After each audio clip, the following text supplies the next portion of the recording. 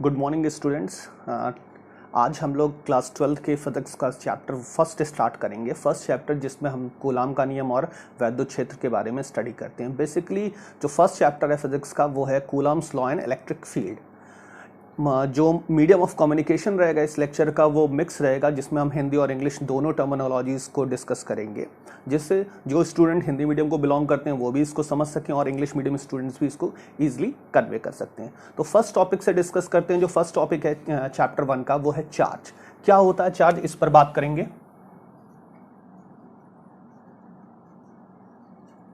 Charge का मतलब होता है आवेश। क्या है आवेश? अगर हम इसे वन लाइन की डेफिनेशन के वे में डिफाइन करने की कोशिश करेंगे तो चार्ज क्या होता है? Charge is defined as the number of ion present in any object, या इसको ऐसे कह सकते हैं कि किसी भी वस्तु में उपस्थित आयन की संख्या को या आयन की मात्रा को ही आवेश कहते हैं। ठीक है, और कैसे क्लासिफाई कर सकते हैं इसको हम अगर जानने की कोशिश करें।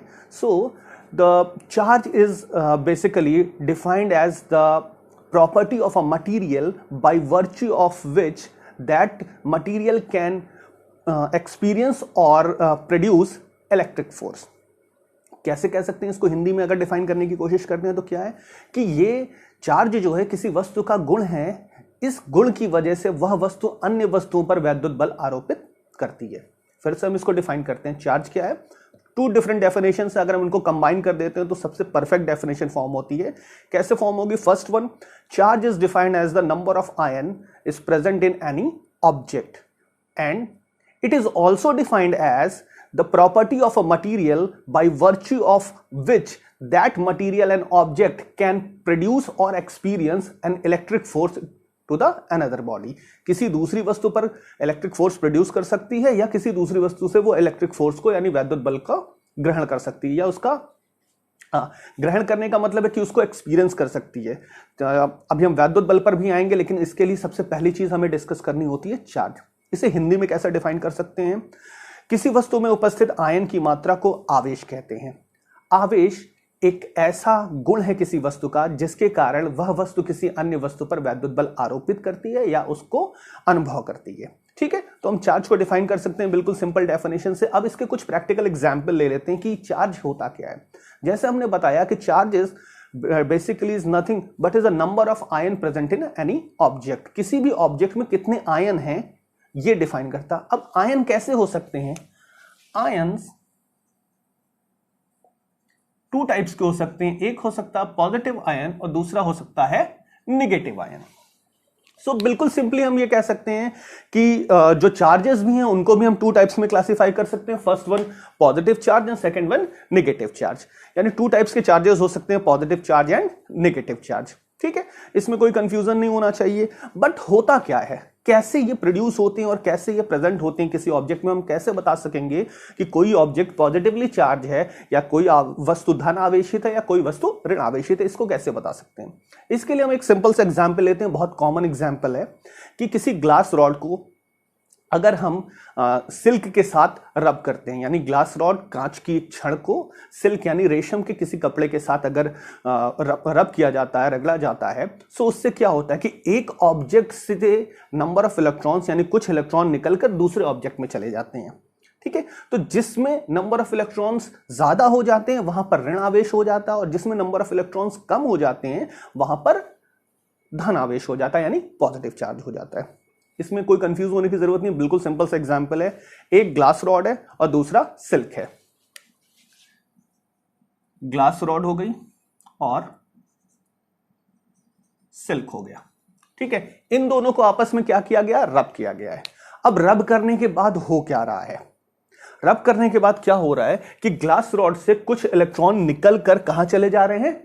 सिल्क में चले जा रहे हैं, यानी कुछ इलेक्ट्रॉन इससे निकलकर कहां चले गए? सिल्क में चले गए।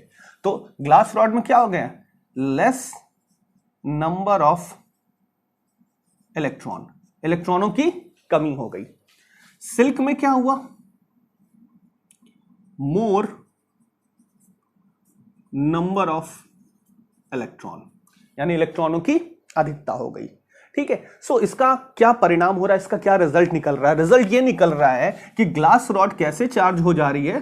पॉजिटिवली चार्ज, और सिल्क कैसे चार्ज हो जा रहा है? Negatively charge.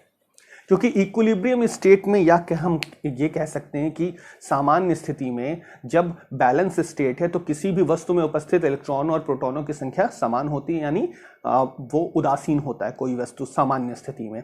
लेकिन जब हम उस वस्तु को किसी अन्य वस्तु के साथ रब कर रहे हैं, रगड़ रहे हैं, तो उसका परिणाम स्वरूप हमें क्या मिलता है कि ग्लास रॉड में इलेक्ट्रॉनों की संख्या घट गई, क्योंकि इलेक्ट्रॉन निकलकर कहां चले गए, सिल्क में चले गए। अब ये क्यों जा रहे हैं, क्या परिणाम हो रहा है, इसको हम अभी नेक्स्ट टॉपिक में डिस्कस करेंगे इलेक्ट्रॉन थ्योरी में, कि इलेक्ट्रॉन क्यों ट्रांसफर हो रहा है, क्या रीजन है इस चीज का कि इलेक्ट्रॉन एक वस्तु से निकलकर दूसरी वस्तु में जा रहा है, यानी एक ऑब्जेक्ट से दूसरे ऑब्जेक्ट में वो कैसे ट्रांसफर हो रहा है। इसको हम अभी इलेक्ट्रॉन थ्योरी में डिस्कस करेंगे, बट हम एक एग्जाम्पल जो आपको डिफाइन करने की कोशिश कर रहे हैं उस पर बात कर रहे हैं।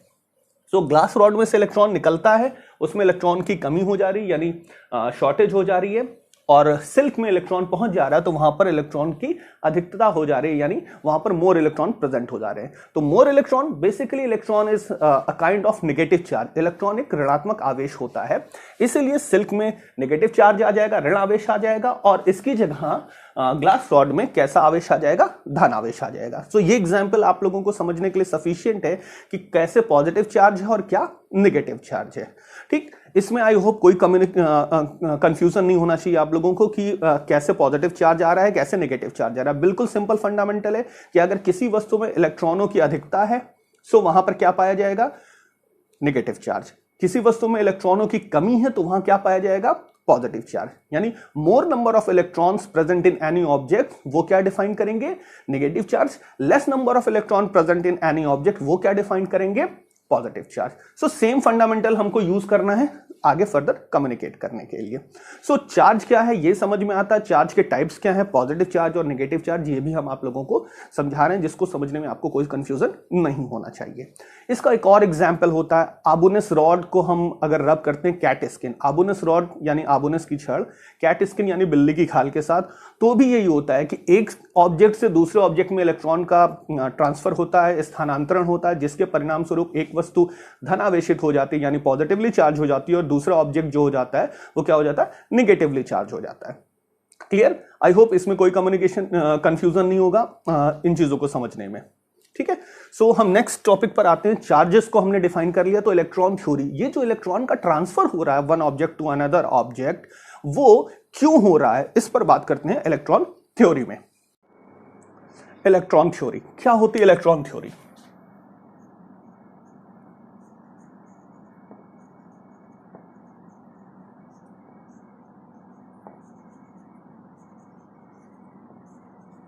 इलेक्ट्रॉन थ्योरी का बेसिक फंडामेंटल ये बताता है कि किस स्ट्रक्चर को फॉलो करके या किस पाथ को या किस मेथड को फॉलो करके एक इलेक्ट्रॉन किसी एक ऑब्जेक्ट से दूसरे ऑब्जेक्ट में ट्रांसफर होता है। हमें एटॉमिक स्ट्रक्चर के बारे में ऑलरेडी पता है कि कोई भी न्यूट्रल स्टेट होती है, इक्विवेलेंट स्टेट होती है, उसमें किसी भी ऑब्जेक्ट के अंदर जो प्रेजेंट नंबर ऑफ इलेक्ट्रॉन्स हैं और नंबर ऑफ प्रोटॉन्स है वो सेम होते हैं। क्या होता है स्ट्रक्चर, एटॉमिक स्ट्रक्चर, वो देख लेते हैं। कोई एक ऑब्जेक्ट है, सेंटर में उसका न्यूक्लियस होता है यानी नाभिक होता है, और नाभिक हमेशा क्या होता है, धन आवेशित होता है, यानी पॉजिटिवली चार्ज होता है। तो वहां पर प्रोटॉन और न्यूट्रॉन पाए जाते हैं, ये पॉजिटिवली चार्ज है। और इलेक्ट्रॉन क्या करता है कि सर्कुलर ऑर्बिट में एक वृत्तीय कक्षा में परिक्रमण करता है, यानी सर्कुलर ऑर्बिट में रिवॉल्व करता है इलेक्ट्रॉन ऑलवेज। ठीक है, रिवॉल्व कर रहा है। ये फर्स्ट बॉडी है, एक पहला ऑब्जेक्ट है, उसकी स्टेट ये। सेकेंड ऑब्जेक्ट है, उसकी भी मैं कोई ऐसी स्टेट बता दे रहा हूं। ठीक है, इसमें भी नाभिक में धनावेश यानी प्रोटॉन है, और वृत्तीय कक्षा में परिक्रमण कर रहे हैं इलेक्ट्रॉन यानी ऋणावेशित। अब क्या होता है कि जब इन दोनों बॉडीज को, इन दोनों ऑब्जेक्ट को एक दूसरे के साथ रब किया जाता है, रगड़ा जाता है, तो क्या होगा। हम बिल्कुल अच्छे से जानते हैं कि किसी भी दो वस्तुओं को जब आपस में रगड़ने की कोशिश करते हैं तो हीट प्रोड्यूस होती है, ऊष्मा उत्पन्न होती है। अब ये जो हीट प्रोड्यूस हो रही है ये क्या करती है, अगर आपको अच्छे से ध्यान हो एटॉमिक स्ट्रक्चर के बारे में तो ये पता होगा आपको कि इलेक्ट्रॉन जो रिवॉल्व करते हैं नाभिक के चारों ओर या न्यूक्लियस के चारों ओर, वो बेसिकली बाउंडेड होते हैं एक सर्टेन फोर्स से, एक बल द्वारा बंधे रहते हैं, या फिर अगर हम केमिस्ट्री की लैंग्वेज में बात करें तो एक बॉन्ड द्वारा बंद होता है। ये बॉन्ड बना रहता है किसके किसके बीच, नाभिक के बीच और इलेक्ट्रॉनों के बीच, यानी न्यूक्लियस के बीच में और इलेक्ट्रॉनों के बीच में। ठीक, अब होता क्या, ये जो हीट प्रोड्यूस होती है, ये हीट क्या करती है कि इस बॉन्ड को ब्रेक कर देती है।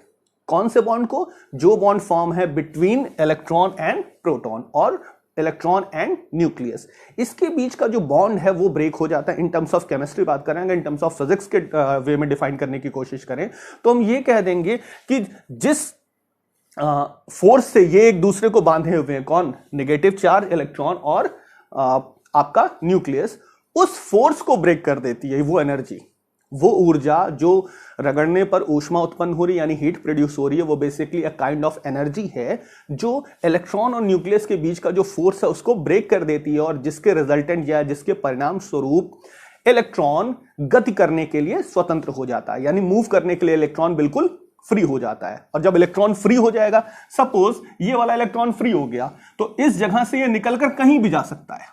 लेकिन अब ये कहीं भी जा सकता है, लेकिन जाएगा कहां? इस बॉडी से, यानी इस बॉडी नंबर 2 से वो निकलेगा तो जाएगा कहां? जो उसके कांटेक्ट में है बॉडी, केवल उसी में जा सकता है ना। तो यहां से निकला और इस बॉडी में चला आया, तो यहां एक इलेक्ट्रॉन और बढ़ गया और जहां से इलेक्ट्रॉन हटा वहां पे इलेक्ट्रॉन की कमी हो गई। इलेक्ट्रॉन की कमी को हम क्या बोलते हैं बेसिकली, कि वहां पर एक वैकेंसी क्रिएट हो गई है। वैकेंसी क्रिएट हो गई, और वैकेंसी क्रिएट होने का मतलब क्या है कि इलेक्ट्रॉन की शॉर्टेज है, कमी हो गई है। अब यहां पर कितने इलेक्ट्रॉन रह गए? 2। यहां पर कितने इलेक्ट्रॉन हो गए? 5। तो यहां क्या हुआ? मोर नंबर ऑफ इलेक्ट्रॉन्स क्रिएट हो गए, यहां पर लेस नंबर ऑफ इलेक्ट्रॉन्स हो गए। तो जहां पर मोर नंबर ऑफ इलेक्ट्रॉन हो गए, यहां पर कैसा चार्ज आ जाएगा? Finally negative. यहां लेस नंबर ऑफ इलेक्ट्रॉन हो गए तो यहां कैसा चार्ज आ जाएगा? पॉजिटिव। क्या हो रहा है फिनोमेना? फिर से हम देखते हैं, एक बार रिवाइज करते हैं, रिकॉल करते हैं क्या है ये फिनोमेना।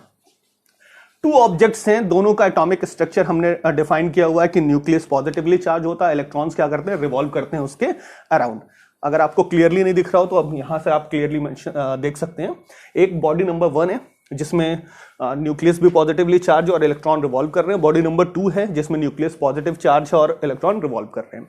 जब दोनों ऑब्जेक्ट्स को हमने रब किया तो क्या होता है कि हीट प्रोड्यूस होती है। बेसिकली हीट क्या है? ए काइंड ऑफ एनर्जी है। A kind of energy basically क्या करेगी कि इलेक्ट्रॉन और न्यूक्लियस के बीच जो फोर्स है उसको वो ब्रेक कर देती है, उस फोर्स को न्यूट्रलाइज कर देती है, जिससे इलेक्ट्रॉन मूवमेंट के लिए फ्री हो जाता है। अब क्वेश्चन ये अराइज होता है कि दोनों में से किस में ऐसा होगा?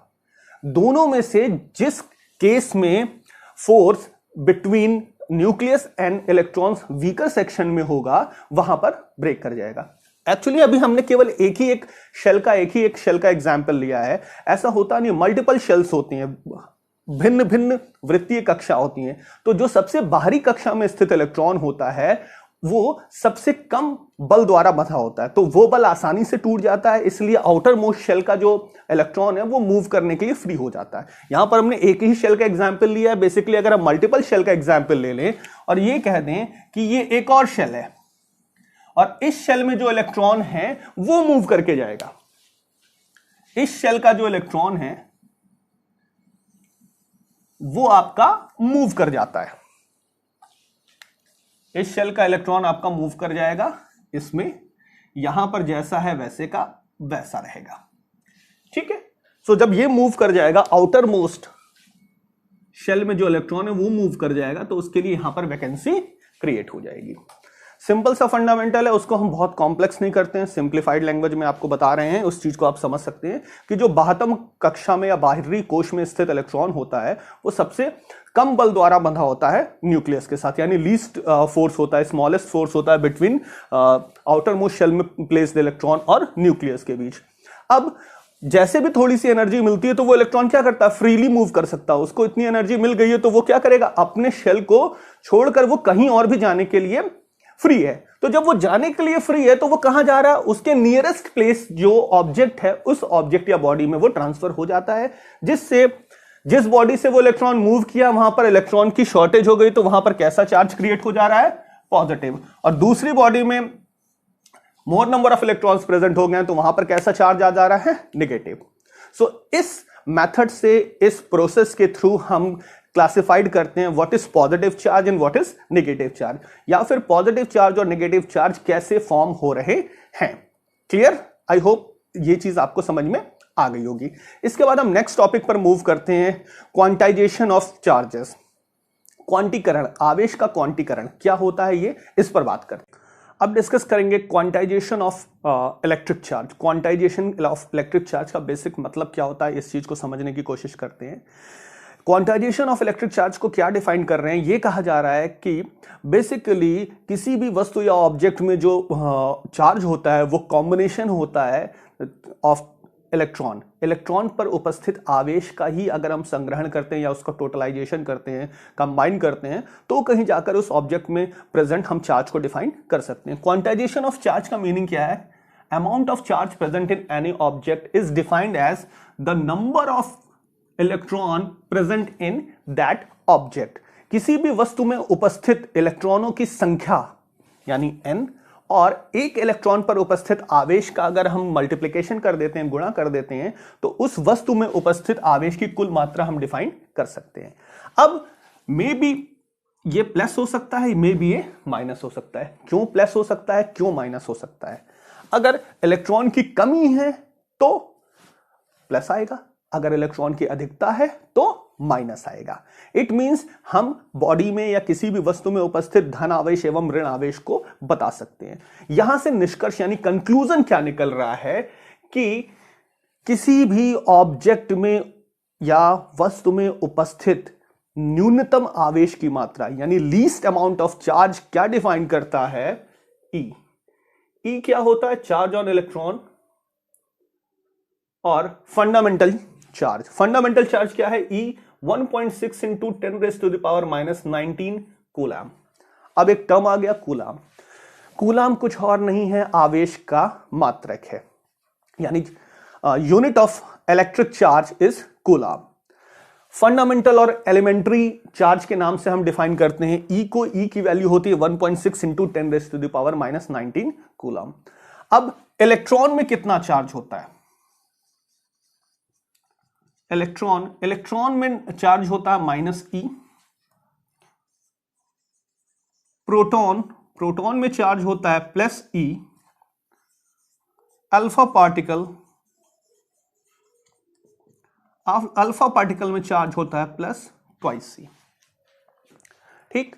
सो जो एलिमेंट्री चार्ज है या हम इसको कहते हैं कि मूल आवेश, वो कितना है? e। उसकी वैल्यू क्या होती है? 1.6 इंटू 10⁻⁻19 कूलाम। 1.6 × 10⁻⁻19 कूलाम। क्लियर? अब क्वांटीकरण क्या है? क्वांटीकरण यानी क्वांटाइजेशन क्या है? क्वांटाइजेशन का मतलब क्या हो रहा है कि मूल आवेश या फिर एलिमेंट्री चार्ज के कॉम्बिनेशन से ही किसी भी ऑब्जेक्ट में इंटायर या कुल आवेश की मात्रा डिफाइन होती है, जिसे हम इस फॉर्मूले से प्रेजेंट करते हैं। फॉर्मूला क्या है? Capital Q is equal to +-n into E. अब इलेक्ट्रॉन की कमी, सो वहां पर लेस नंबर ऑफ इलेक्ट्रॉन हो जा रहे हैं, जहां पर इलेक्ट्रॉन की अधिकता वहां पर मोर नंबर ऑफ इलेक्ट्रॉन हो जा रहे हैं। ठीक, उसके बेसिस पे डिफाइंड हो रहा है। अब जैसे ई के बाद माइनस लगा है, क्यों? इलेक्ट्रॉन निगेटिवली चार्ज हो जाता है, प्रोटॉन पॉजिटिवली चार्ज हो जाता है, इसीलिए हमने क्वांटाइजेशन के साथ प्लस माइनस दोनों का सिंबल यूज किया। इलेक्ट्रॉन के केस में n की वैल्यू 1 है, प्रोटॉन के केस में भी n की वैल्यू 1 है, बट एक केस में +1 ट्रीट की जाएगी, एक में -1 ट्रीट की जाएगी। जब इलेक्ट्रॉन एब्सेंस हो जा रहा है, सो वहां पर क्या आ जा रहा है? +1। जहां पर इलेक्ट्रॉन प्रेजेंट हो जा रहा है वहां पर क्या आ जा रहा है? -1, क्योंकि हम इलेक्ट्रॉन की बात कर रहे हैं। Elementary charge always treated as positive. Difference समझिएगा, एलिमेंट्री चार्ज को हमेशा पॉजिटिव ट्रीट किया जाता है, but electron negative, proton positive. Elementary charge always कैसे ट्रीट किया जाएगा? As a positive term. क्या टर्म है? 1.6 इंटू 10⁻⁻19 कूलाम। ओके, तो क्वांटाइजेशन ऑफ चार्ज को हम कैसे डिफाइन कर सकते हैं? Q is equal to n into e. Plus minus का सिंबल ये डिफाइन करता है कि जो चार्ज है उसका नेचर कैसा, पॉजिटिव है और नेगेटिव। बेसिकली चार्ज को हम क्लासिफाई कर चुके हैं into 2 types. First one is positive charge and second one is negative charge. Okay, तो पॉजिटिव और नेगेटिव चार्ज किसकी वजह से आते हैं उनको हम इलेक्ट्रॉन थ्योरी में डिस्कस कर चुके हैं। नेक्स्ट टर्म या नेक्स्ट टॉपिक जो आता है वो कंजर्वेशन ऑफ चार्ज आता है। यानी कंजर्वेशन ऑफ चार्ज का मतलब ये होता है कि आवेश का संरक्षण। ठीक है, आवेश के संरक्षण के संदर्भ में एक नियम दिया गया है, या law of conservation of charge क्या कहता है कि charge can neither be create nor be destroyed. ना तो हम आवेश को उत्पन्न कर सकते हैं और ना ही समाप्त कर सकते हैं। यानी कहने का बिल्कुल वही मतलब है कि आवेश एक वस्तु से दूसरे वस्तु में स्थानांतरित होता है, ना तो उत्पन्न किया जा रहा है और ना ही उसको नष्ट किया जा रहा है।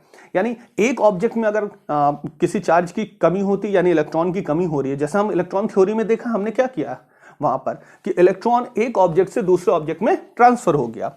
ऑब्जेक्ट ए से ऑब्जेक्ट बी में चला गया, यहां से बी में चला गया, तो इसमें कमी हो गई तो पॉजिटिव चार्ज आ गया, इसमें अधिकता हो गई तो यहां आ गया नेगेटिव चार्ज। ये सेम फंडामेंटल ही यूज किया जाता है और इसी को हम क्या कहते हैं, law of conservation of charge, law of conservation of electric charge, यानी आवेश का संरक्षण, आवेश संरक्षण का नियम। आवेश संरक्षण का नियम यह कहता है ना तो आवेश को उत्पन्न किया जा रहा है और ना ही इसको नष्ट किया जा रहा है, ये केवल एक वस्तु से दूसरे वस्तु में स्थानांतरित हो रहा है। यानी electric charge can neither be create and nor be destroyed. It can only transfer from one object to another object. Okay, then next topic में आने से पहले हम आप लोगों को एक बार रिकॉल करा देते हैं हम लोगों ने क्या क्या डिस्कस किया। हमने इलेक्ट्रिक चार्ज डिस्कस कर लिया, type of electric charge discuss कर लिया है, फिर हमने डिस्कस किया इलेक्ट्रॉन थ्योरी, इलेक्ट्रॉन थ्योरी के बाद quantization of charges, quantization of charges के बाद हमने डिस्कस किया है law of conservation of charge. तो ये जो सारे टॉपिक हो गए, अगर इनको हम हिंदी मीडियम स्टूडेंट्स के रिगार्डिंग बताने की कोशिश करें तो हम लोगों ने आवेश के बारे में बात किया है, आवेश के बारे में कि आवेश कितने प्रकार के हैं, धन आवेश और ऋण आवेश, उसके बारे में बात कर लिया है। फिर हमने बात की इलेक्ट्रॉन थ्योरी के बारे में, इलेक्ट्रॉन थ्योरी या इलेक्ट्रॉन सिद्धांत के बारे में बात किया। फिर हमने क्वांटीकरण किया आवेश का, यानी किसी भी वस्तु में उपस्थित जो न्यूनतम आवेश की मात्रा है उसको हमने डिफाइन किया है ई से, जिसको मूल आवेश या एलिमेंट्री चार्ज कहते हैं, उसकी वैल्यू होती है 1.6 × 10⁻⁻19 कूलम। इसको डिफाइन करने के बाद हमने फॉर्मूला डिफाइन किया Q = N × E। फिर नेक्स्ट टॉपिक में हम आ गए हैं आवेश के संरक्षण का नियम, आवेश के संरक्षण के नियम को हमने डिस्कस कर लिया है। इतनी चीजों के साथ साथ एक पॉइंट जो इसमें हमने बीच में इंक्लूड किया हुआ है छोटा सा, जिसका बहुत ज्यादा इंपॉर्टेंट रोल आगे आने वाले टाइम में आना है, वो क्या है, यूनिट, यानी आवेश का जो मात्रक होता है, वो आवेश का मात्रक होता है कूलम, जिसको हम C से रिप्रेजेंट कर रहे हैं और अभी इसके संदर्भ में हम अपने नेक्स्ट टॉपिक में डिस्कशन करने वाले हैं। सो आई होप आप लोगों को इतनी चीजें समझ में आ रही हूं, और अगर इसके रिगार्डिंग आपको कंफ्यूजन है कोई तो फिर आप डायरेक्टली मुझसे कांटेक्ट कर सकते हैं। हम नेक्स्ट टॉपिक को कंटिन्यू करते हैं। ओके, हम लोगों का जो नेक्स्ट टॉपिक है वो है कूलम का नियम और कूलम्स लॉ। क्या कहता है कूलम्स लॉ, उसको शुरुआत करते हैं।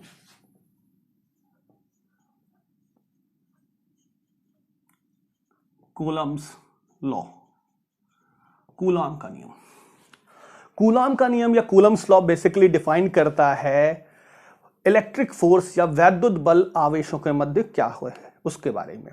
अगर हम इसको समराइज करके कहते हैं तो क्या कहेंगे कि दो आवेशों के मध्य लगने वाले बल के संदर्भ में एक नियम दिया कूलम ने, उसे ही कूलम का नियम कहते हैं। यानी कूलम्स लॉ बेसिकली डिफाइन करता है the electric force acting between two charges, two charges के बीच में जो इलेक्ट्रिक फोर्स एक्ट कर रहा है उसके रिगार्डिंग कुछ लॉ दिया है, उसी लॉ को हम कूलम्स लॉ कहते हैं।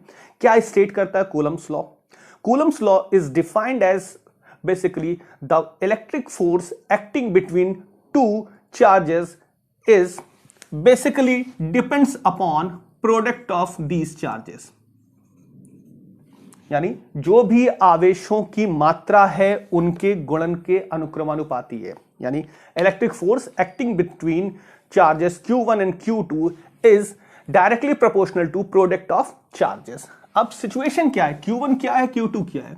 Q1 एक चार्ज है, Q2 एक दूसरा चार्ज है और दोनों एक दूसरे से प्लेस्ड है किस डिस्टेंस पे, R डिस्टेंस पे। Q1 and Q2 are two different charges, दोनों की पोलैरिटी कुछ भी हो सकती है, यानी दोनों का नेचर कुछ भी हो सकता है, एक धन हो सकता है, एक ऋण हो सकता है, यानी एक पॉजिटिव हो सकता है, एक नेगेटिव हो सकता है, दोनों पॉजिटिव हो सकते हैं और दोनों नेगेटिव हो सकते हैं। अब पॉजिटिव नेगेटिव होने पर क्या इंपैक्ट पड़ेगा इसके बारे में भी कूलम ने बताया हुआ है। बेसिकली इलेक्ट्रिक फोर्स या वैद्युत बल को हम क्लासिफाइड करते हैं इस फॉर्म में कि वो आकर्षण बल भी हो सकता है और प्रतिकर्षण बल भी हो सकता है। यानी electric force can be attractive in nature और can be repulsive in nature. अगर अट्रैक्टिव है इसका मतलब दोनों चार्जेस की पोलैरिटी क्या होंगी, अपोजिट होंगी। ठीक है, सो उस पर अभी हम बात करेंगे। पहले हम आपको कूलम्स लॉ डिफाइन कर देते हैं, फिर इसके बारे में, उसके नेचर के बारे में बात करेंगे कि ये फोर्स अट्रैक्टिव इन नेचर और रिपल्सिव इन नेचर है। क्या स्टेटमेंट है? स्टेटमेंट कूलम्स लॉ का ये डिफाइन करता है कि electric force acting between two charges is directly proportional to the product of charges. Product of charges यानी दोनों चार्जेस के प्रोडक्ट के डायरेक्टली प्रोपोर्शनल होता है and inversely proportional to the square of the distance between these charges. अगर Hindi medium students के लिए क्या है कि दोनों आवेशों के गुणनफल के अनुक्रमानुपाती होता है और आवेशों के बीच की दूरी के वर्ग के व्युत्क्रमानुपाती होता है. ओके, सो अगर हम दोनों को कंबाइन कर लें तो क्या लिख सकते हैं, ये लिख सकते हैं Q1 Q2 upon R square. F proportional to Q1 Q2 upon R square. अब प्रोपोर्शनलिटी के साइन को हटाना है तो कोई कांस्टेंट लगाना होगा. हमने एक कांस्टेंट लगा दिया वहां पर कि Q1 Q2 upon R square. ठीक, इतनी चीजें समझ में आ रही होंगी. आई होप इसमें कोई कंफ्यूजन नहीं होना चाहिए. यहां पर क्या डिफाइन कर रहा है कूलम्स लॉ, इलेक्ट्रिक फोर्स यानी वैद्युत बल जो कहां पे काम कर रहा है, दो आवेशों के मध्य. दो आवेशों के मध्य जो वैद्युत बल कार्य कर रहा है वो किसी भी प्रकार का हो सकता है, आकर्षण बल भी हो सकता है और प्रतिकर्षण बल भी हो सकता है. सो पहले उसमें केवल इतनी चीज डिफाइन की गई है मैग्नीट्यूड के बारे में यानी परिमाण के संदर्भ में. क्या डिफाइन किया गया है कि वैद्युत बल जो कार्य कर रहा है दो आवेशों के मध्य उसका परिमाण अनुक्रमानुपाती है आवेशों के गुणनफल के, यानी magnitude of electric forces acting between two charges is directly proportional to the product of charges. Magnitude of electric force यानी F directly proportional to the product of charges यानी Q1 and Q2. Second line में क्या denote कर रहा है, the magnitude of electric force is inversely proportional to the square of the distance between the charges. Square of the distance between the charges कितनी है, r है, उसका क्या हो गया, स्क्वायर हो गया. F inversely proportional to 1 upon R square. Meaning क्या है कि आवेशों के मध्य के जो दूरी है उसके वर्ग के व्युत्क्रमानुपाती है क्या, वैद्युत बल. इन दोनों पॉइंट्स को हमने कंबाइन किया और कंबाइन करके कुछ इस प्रकार से लिख सकते हैं, इस फॉर्म में लिख सकते हैं. यहां पर k एक कांस्टेंट है. बेसिकली k की वैल्यू जो है वो सर्टेन चीजों पर डिपेंड करती है, उसकी एक फिक्स वैल्यू भी होती है जिसको हम बोलते हैं 9 × 10⁹. ठीक है, बट इसको अगर हम इलेबोरेट करके पूरी चीज तरह बताने की कोशिश करें तो k क्या है, 1/4 पाई एप्सिलॉन नॉट. ये है इसकी एग्जैक्ट वैल्यू. तो फाइनली जो फॉर्मूला हमारा फॉर्म हो जाता है फोर्स के लिए वो क्या है, 1/4 pi epsilon naught Q1 Q2 upon R square. यहां पर एक जो टर्म है एप्सिलॉन नॉट, ये क्या होती है, epsilon naught basically is defined as the permittivity of free space. Permittivity of free space. अब ये परमिटिविटी क्या होती है इसके बारे में हम अभी कुछ नेक्स्ट टॉपिक में डिस्कस करते हैं कि परमिटिविटी क्या होती है. ठीक है, अब हिंदी मीडियम स्टूडेंट्स इसको क्या बोलेंगे कि निर्वात की वैद्युतशीलता. एप्सिलॉन नॉट क्या है, permittivity of free space, Hindi में निर्वात की वैद्युतशीलता. ठीक है, सो ये फाइनल फॉर्मूला कूलम्स लॉ का हमारा बन रहा है, कूलाम के नियम का बन रहा है. F = 1/4 pi epsilon naught Q1 Q2 upon R square. Permittivity of free space और निर्वात की वैद्युतशीलता. इसका वैल्यू कितनी होती है, मान कितना होता है, 8.85 × 10⁻⁻12. यूनिट क्या हो जाएगी, मात्रक क्या हो जाएगा, वो हमें यहां से निकालना है. वो हमें यहां पर क्लियर दिख रहा है, coulomb square upon newton metre square. अगर क्लियरली विजिबल ना हो तो मैं इसको अलग से नीचे लिख देता हूं, coulomb square upon newton metre square. कैसे, एप्सिलॉन नॉट को यहां ले आइए, फोर्स को नीचे ले आइए, कूलाम कूलाम का मल्टीप्लिकेशन कूलाम स्क्वायर, डिनोमिनेटर में आ गया न्यूटन मीटर स्क्वायर. ठीक, सो ये हो जाता है एप्सिलॉन नॉट की वैल्यू. एप्सिलॉन नॉट को हम बोलते हैं परमिटिविटी ऑफ फ्री स्पेस यानी निर्वात की वैद्युतशीलता. मान हो रहा 8.85 × 10⁻12 कूलाम स्क्वायर प्रति न्यूटन मीटर स्क्वायर. ठीक है, अब यहां पर जो हमने k यूज किया था इसकी वैल्यू भी होती है, वो होती है 9 × 10⁻9 और k की वैल्यू हो जाती है आपकी न्यूटन मीटर स्क्वायर पर कूलाम स्क्वायर. इस वैल्यू का भी हम न्यूमेरिकल में यूज कर सकते हैं. ये थोड़ी कॉम्प्लिकेटेड वैल्यू आपकी कैलकुलेशन में टाइम वेस्ट करेगी, जहां पर आपको डायरेक्ट रिक्वायरमेंट हो आप डायरेक्टली इसको यूज कर सकते हैं. अभी हम लोगों ने क्या नहीं बात की है, डायरेक्शन की बात नहीं की कि फोर्स की डायरेक्शन क्या होगी. बल एक सदिश राशि है यानी वेक्टर क्वांटिटी है, सो इसकी कुछ सर्टेन डायरेक्शंस होती है, उस डायरेक्शन को भी हमको कंसीडर करके चलना है. डायरेक्शन कौन डिफाइन करेगा? डायरेक्शन जो होती है force acting between these charges, उसकी डायरेक्शन ऑलवेज कहां पे होगी? To the line joining the charges. जो आवेशों को मिलाने वाली रेखा है उस पर ही स्थित होती है इसकी दिशा। अब हम बात करते हैं कि आवेश कैसे हैं। अगर ये पहला आवेश धनात्मक और दूसरा आवेश धनात्मक, दोनों पॉजिटिव चार्ज हैं, तो समान चार्जों में यानी सेम काइंड ऑफ चार्जेस के बीच जो फोर्स लगेगा वो कैसा होगा? Repulsive in nature. कहां होगा? बाहर की ओर। यानी सेम सिचुएशन होगी किसके लिए? नेगेटिव चार्जेस के लिए। ओके, यानी सेम काइंड ऑफ चार्जेस है, सेम नेचर के चार्जेस हैं, तो उनके बीच जो फोर्स एक्ट करेगा वो कैसा होगा? रिपल्सिव इन नेचर, यानी प्रतिकर्षण बल। अगर विपरीत प्रकार के चार्जेस हैं, यानी एक पॉजिटिव है और दूसरा निगेटिव है, तो इनके बीच जो फोर्स एक्ट करेगा वो कैसा होगा? आकर्षण बल। ये रिपल्सिव फोर्स है, रिपल्सिव है, ये अट्रैक्टिव है। क्लियर? बिल्कुल यहां पे समझ सकते हैं, यहां पे माइनस, यहां पर प्लस रख देंगे तो भी फोर्स कैसा होगा? अट्रैक्टिव, यानी आकर्षण बल। क्या निष्कर्ष निकल रहा है कि अगर विपरीत प्रकृति के आवेश हैं तो इनके मध्य लगने वाला बल सदैव आकर्षण बल होगा। यानी अपोजिट पोलैरिटी के चार्जेस हैं तो इनके बीच जो फोर्स एक्ट करेगा वो कैसा होगा? Attractive in nature. और अगर सिमिलर काइंड ऑफ चार्जेस हैं, यानी समान प्रकृति के आवेश हैं, तो इनके बीच जो बल कार्य करेगा वो कैसा होगा? रिपल्सिव, यानी प्रतिकर्षण बल। अब कूलाम के नियम के अनुसार, ये कूलम्स लॉ के रिगार्डिंग जो फोर्स की डायरेक्शन होती है वो कहां डिफाइंड होती है? Line joining the points. जो पॉइंट्स यानी आवेश को, यानी चार्जेस को ज्वाइन कर रही है लाइन, उस पर बेस्ड होती है। और अभी एक चीज आप लोगों को ध्यान रखना है, हमने अभी तक जो भी इलेक्ट्रिक चार्ज की बात की है वो क्या है? पॉइंट चार्जेस हैं। पॉइंट चार्जेस का मतलब किसी एक बिंदु पर स्थित आवेश है, यानी बिंदु आवेश है। इस टर्म को जरूर ध्यान रखना है। कूलम्स लॉ किसके लिए डिफाइन किया गया है? पॉइंट चार्जेस के लिए, यानी बिंदु आवेशों के लिए। इसको क्या डिफाइन कर रहे हैं कि पॉइंट ए पर प्लेस्ड है Q1 चार्ज, पॉइंट बी पर प्लेस्ड है Q2 चार्ज। Q1 और Q2 charge basically point charge हैं, बिंदु आवेश हैं, यानी किसी एक बिंदु पर ही स्थित है। ठीक, सो कंक्लूजन क्या निकल रहा है इस कूलम्स लॉ का? क्या कंक्लूजन निकल रहा है? पहले तो हमने मैग्नीट्यूड डिफाइन कर लिया, मैग्नीट्यूड डिफाइंड हो गया, सो वो मैग्नीट्यूड आया F = 1/4 pi epsilon naught Q1 Q2 upon R square.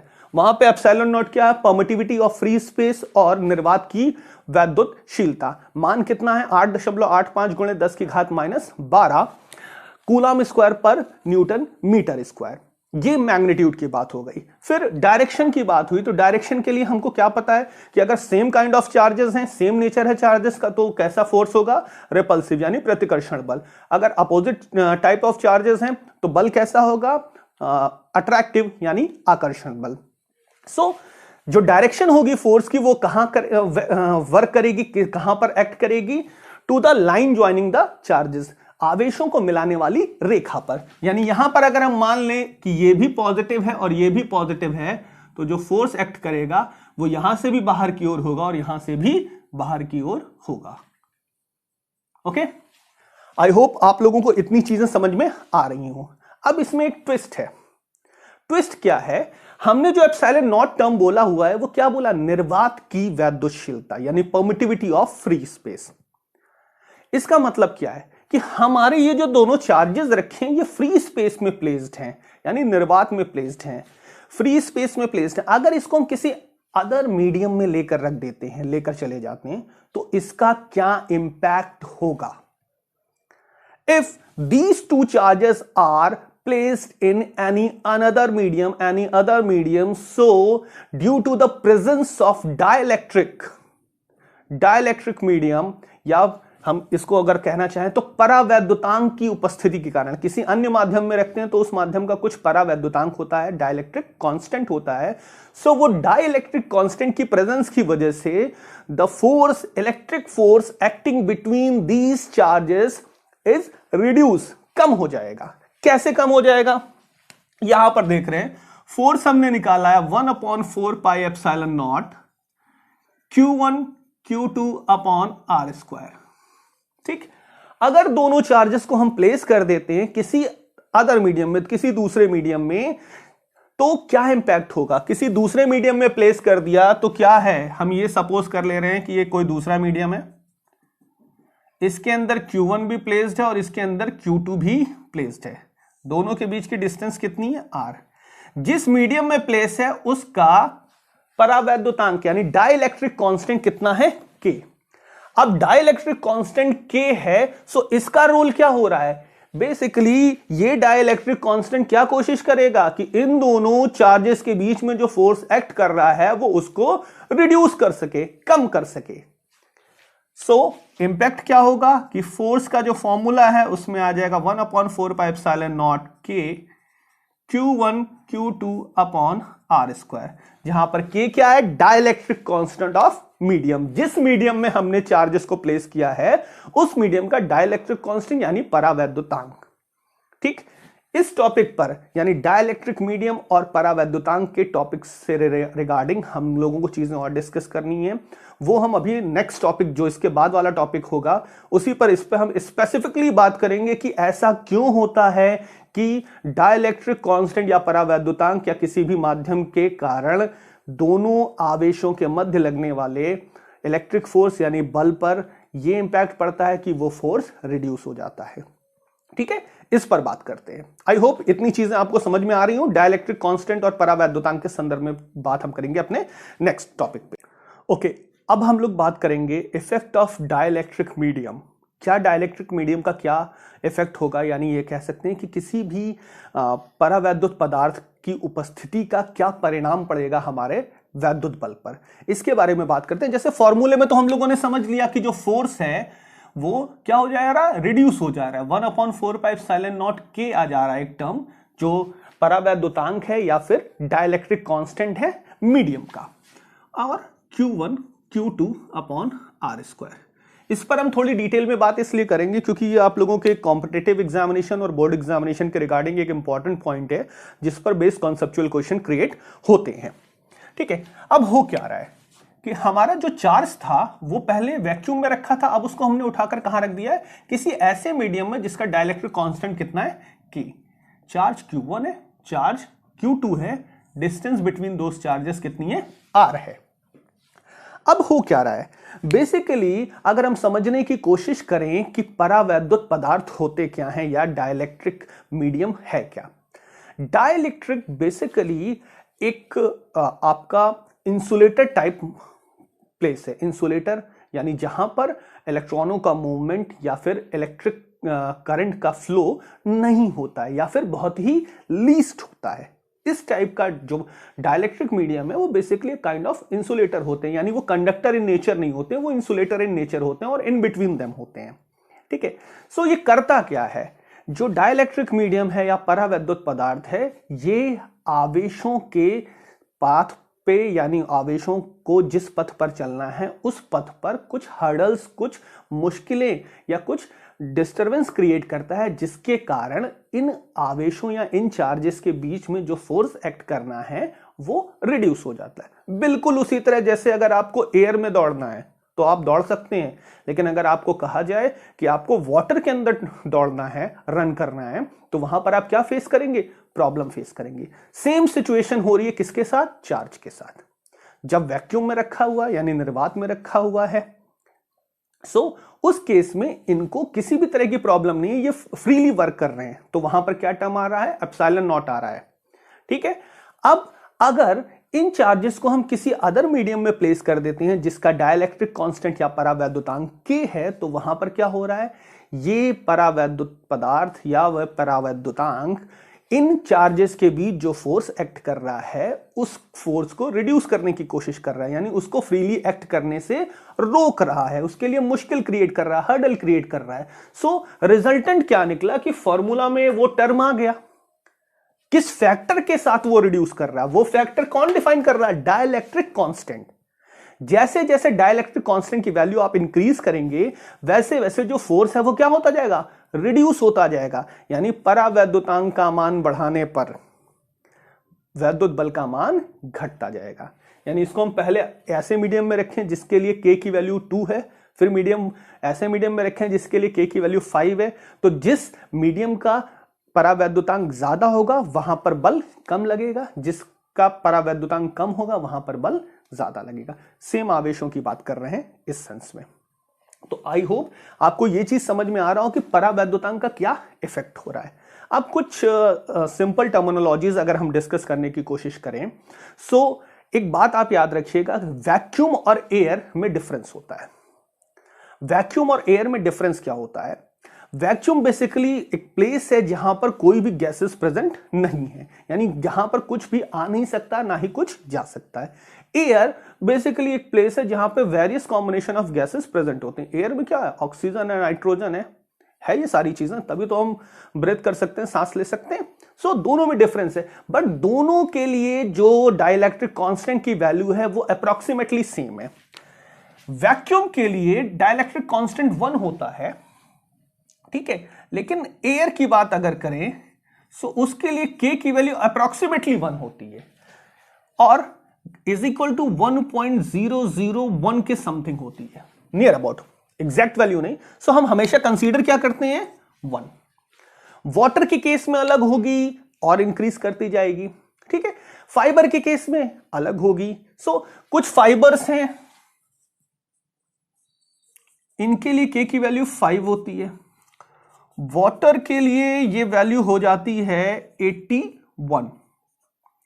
And metal या कंडक्टर्स के लिए, मेटल की बात करें, मेटल के लिए K की वैल्यू आपकी ट्रीट की जाती है कितनी? इन्फिनिटी। कंडक्टर्स में यानी मेटल्स के लिए K की वैल्यू कितनी है? इन्फिनिटी। वाटर के लिए कितनी है? 81। कहीं कहीं 80 भी लिखा हुआ मिलेगा आपको, ठीक है। वो टेम्परेचर वेरिएशन की वजह से होता है, इस बात को समझिएगा। वाटर रूम टेम्परेचर पे सिचुएशन अलग होगी, टेम्परेचर रिड्यूस कर दिया जाए सो वैल्यू अलग हो जाएगी, इसीलिए हम इन जनरल कंसीडर कर रहे हैं वैल्यू वो कितनी है? 81। फाइबर के लिए भी अलग अलग टाइप्स ऑफ फाइबर के लिए अलग अलग वैल्यू होती है। मैं एक सिंपल आपको स्ट्रक्चर बताने की कोशिश कर रहा हूं जो आपको याद रखना है। वैक्यूम के लिए 1 कंसीडर करेंगे और एयर के लिए अप्रॉक्सीमेटली 1 कंसीडर करेंगे हमेशा। बाकी फर्दर जो आपको क्वेश्चन होगा उसमें आपको डाइलेक्ट्रिक कांस्टेंट या परावैद्युतांक के बारे में वैल्यू गिवन होगी। स्पेसिफिकली याद रखिए मेटल के लिए वैल्यू कितनी है? इन्फिनिटी है, जो न्यूमेरिकल प्रॉब्लम्स में हमें अक्सर मिलेगा क्वेश्चन, जहां पर हमें इसका ध्यान रखना होगा। अब एक इंपॉर्टेंट पॉइंट जो मुझे आपको बताना है कि ये जो डाइलेक्ट्रिक मीडियम है, परावैद्युत पदार्थ है, ये कब फोर्स रिड्यूस कर रहा है? जहां पर जब ये सारी कंडीशन कब हो रही है? जब जो चार्जेस हैं वो उस मीडियम में प्लेस हैं। अगर ऐसा हो, कैसा? यहां पर देखिए, ये चार्ज Q1 है, ये चार्ज Q2 है, जो डाइलेक्ट्रिक मीडियम है वो बीच में रख दिया जाए, इन दोनों चार्जेस के बीच में, तो अब बताइए आपको क्या लगता है कि अभी भी इन दोनों के बीच, आवेशों के बीच जो फोर्स है उस पर कोई फर्क पड़ेगा? वैद्युत बल पर कोई प्रभाव पड़ेगा? नहीं पड़ेगा, नहीं पड़ेगा। उसका क्या कारण है? क्योंकि हमने आपको बताया था क्या कि दोनों चार्जेस जब इस मीडियम में प्लेस्ड होंगे तब इनको मूव करने में परेशानी होगी, लेकिन अब तो ये वैक्यूम में प्लेस्ड हैं, केवल इन दोनों के बीच की जो डिस्टेंस है वो तो आर है, वो पहले भी आर थी, अभी भी आर है। जो डाइलेक्ट्रिक मीडियम आया है वो इनके बीच में आया है, इनके बीच में आने का कोई प्रभाव नहीं पड़ेगा, कोई भी इंपैक्ट नहीं पड़ेगा। क्यों नहीं पड़ेगा? फिर से बता दे रहे हैं, क्योंकि हमें मतलब है Q1 और Q2 किस जगह पर प्लेस्ड हैं, इससे मतलब नहीं है कि उनके बीच में क्या प्लेस्ड है। बात समझिएगा, इन दोनों पर जो फोर्स एक्ट कर रहा है वो किस पे डिपेंड कर रहा है? इन दोनों की पोजीशनिंग पे डिपेंड कर रहा है, इनके बीच की डिस्टेंस पर डिपेंड कर रहा है।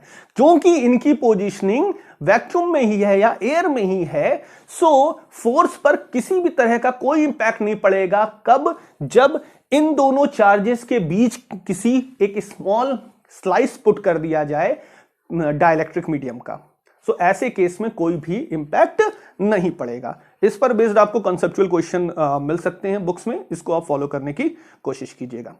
आई होप जितनी चीजें मैंने आज आपको बताई हैं इस पर बेस्ड एक लेक्चर आज हमारा कंप्लीट हो गया है, इसको आप एक बार रिकॉल कीजिएगा और इस पर बेस्ड क्वेश्चन करने की कोशिश कीजिए। नेक्स्ट लेक्चर ऑनवर्ड्स हम लोग डिस्कस करेंगे कूलम्स लॉ का वेक्टर फॉर्मेशन, क्या होता है वेक्टर नोटेशन, वो फिर प्रिंसिपल ऑफ सुपरपोजिशन यानी अध्यारोपण का सिद्धांत, और उसके बाद हम लोग सीधे बात करना शुरू कर देंगे वैद्युत क्षेत्र के बारे में। ओके स्टूडेंट्स, इतनी चीजें आप कीजिए, बाकी हम कोशिश करेंगे कि नेक्स्ट डे यानी टुमारो हम फिर से एक लेक्चर के साथ आप लोगों से मिलते हैं। Okay, thank you.